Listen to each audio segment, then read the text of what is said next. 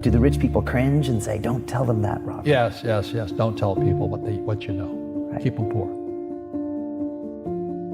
So my father was the head of education, PhD, all that stuff.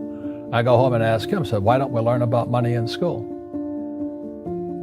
And he looked at me and says, because the government doesn't let us teach that subject. The government tells us what we can teach and what we can't teach. And I thought that was strange. And I said, but aren't we going to school to learn about money? He says, no, your job is to get a job.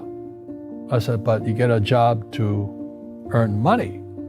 He goes, no, you're supposed to just get a job. I went, no. Isn't the purpose of a job to earn money? He goes, you're correct. I said, so why don't I just learn about money? I can skip the job part, you know? And he got flustered and he said, if you want to learn about money, why don't you ask your best friend's father about money? And I said, why? That's Mike. So I asked him.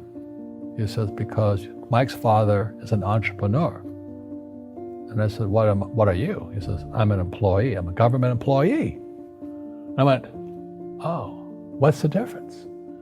He says, the difference is an entrepreneur must know about money, or they're no longer entrepreneurs.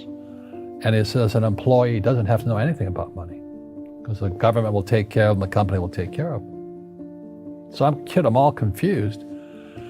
But I took my dad's advice and I trundled over to Mike's father's office and knocked on his door and I said, hey, I'm here, 9 years old. Teach me about money. He says, beat it, kid, you know.